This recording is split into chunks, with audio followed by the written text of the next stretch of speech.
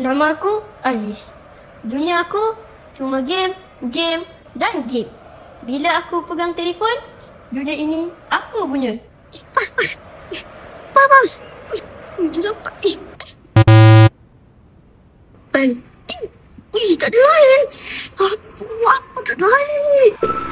Belakang.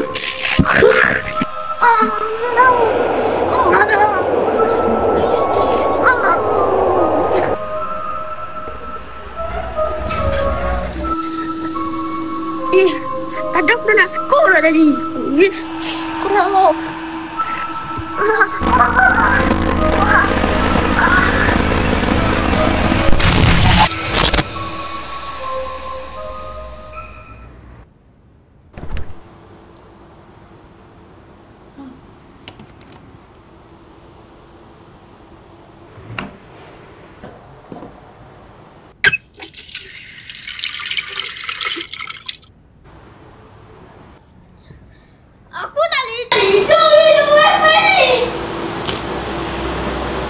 Dah tak hidup dah tu. Dah, aku pergi panggil dia sekarang sebelum saya panggil. Yelah. Aziz, jom makan jom. Ayah panggil dah tu.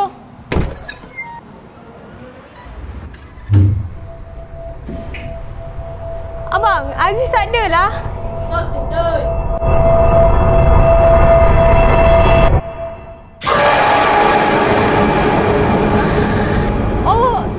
Kenapa dengan anak aku ni? Aduh! Dah, jom. Ayah panggil makan.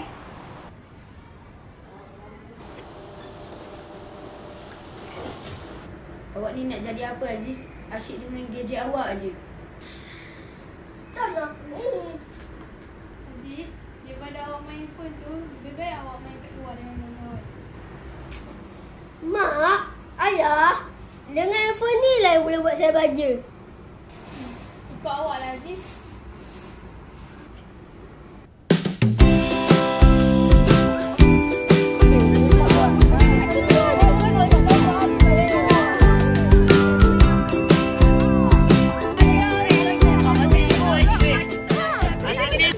Jom.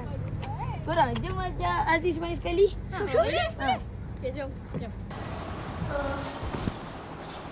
Apa tak main? Assalamualaikum.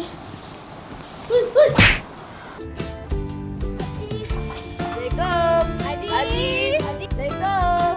Ada orang ketak ni. Kok?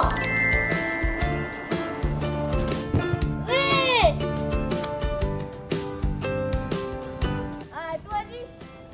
Hai Aziz. Jom main. Kejap. Korang nak pergi mana?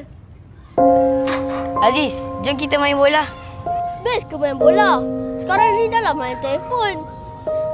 Jangan cakap macam tu. Cuba dulu. Belum cuba, belum tahu. Jom kita try.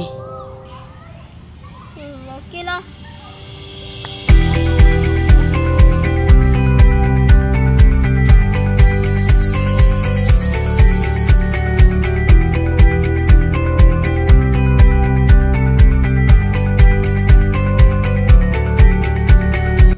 Dulu, aku ingat hidup ini cuma pasal game, TikTok, YouTube.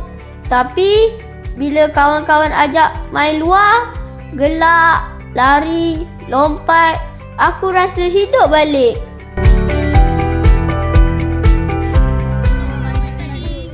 Aziz, mana best tak main kat luar tadi? Best. Betul lah apa yang mak ayah kata. Main kat luar ni, lagi best daripada main gadget. Kan aku dah cakap, best kan? Dah kalau best, tunggu apa lagi? Jomlah kita main lagi. Jom. Tunggu aku! Angin, panas, suara kawan-kawan, semua itu lebih seronok dari skrin.